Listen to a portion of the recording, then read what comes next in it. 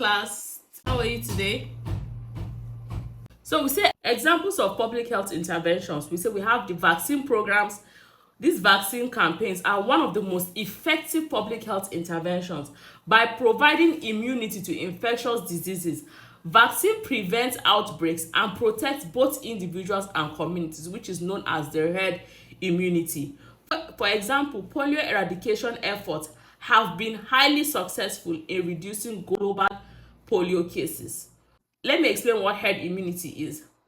In some situations, you find that some certain people will say, no, based on our culture, we don't immunize ourselves, we don't accept vaccination. That is very wrong.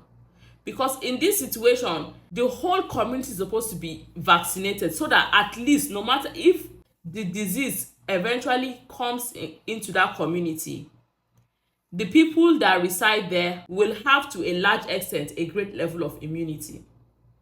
So the second is tobacco control. Public health interventions such as implementing tobacco taxes, banning smoking in public places, and mandating warning labels on cigarette packages have significantly reduced smoking rates, which has in turn decreased the incidence of smoking-related diseases like lung cancer and heart diseases. We have this tobacco control law, but obviously people will always find a way out for themselves, and this has now brought about the issue of people vaping. They have used vaping as an excuse to say they're not inhaling smoke directly. But the problem with these vaping devices that they use is they also contain a great level of toxic elements, and some of them are even plastic. After using, they discard them and they are not biodegradable, which has now posed another public health issues in the environment.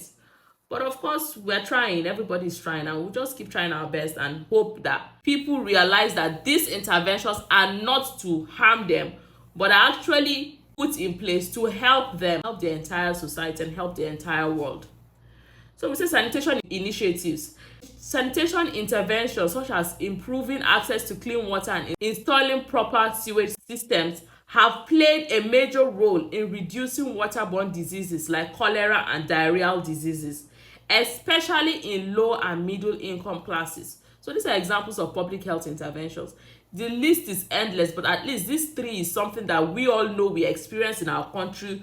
In one way or another, we have come in contact with them. We understand them, we appreciate them, and we know them.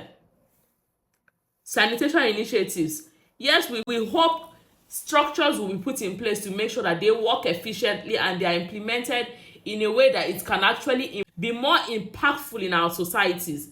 But for now, the little we have, we are going to make do with it and see. As I always say, change starts with you and I.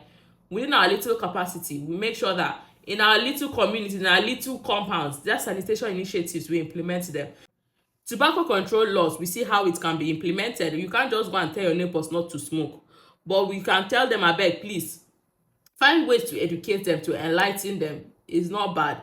Your friends, you start with all these bad habits, they start from very young ages. I'm very sure most of you have one or more friends that smoke.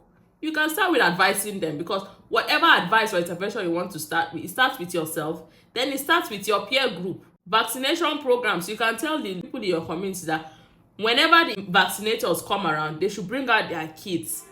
Show them examples. Start with yourself. Take your kids, take your younger ones for the vaccination. At least if they see the elites or the educated members of the society practicing or implementing these interventions that are good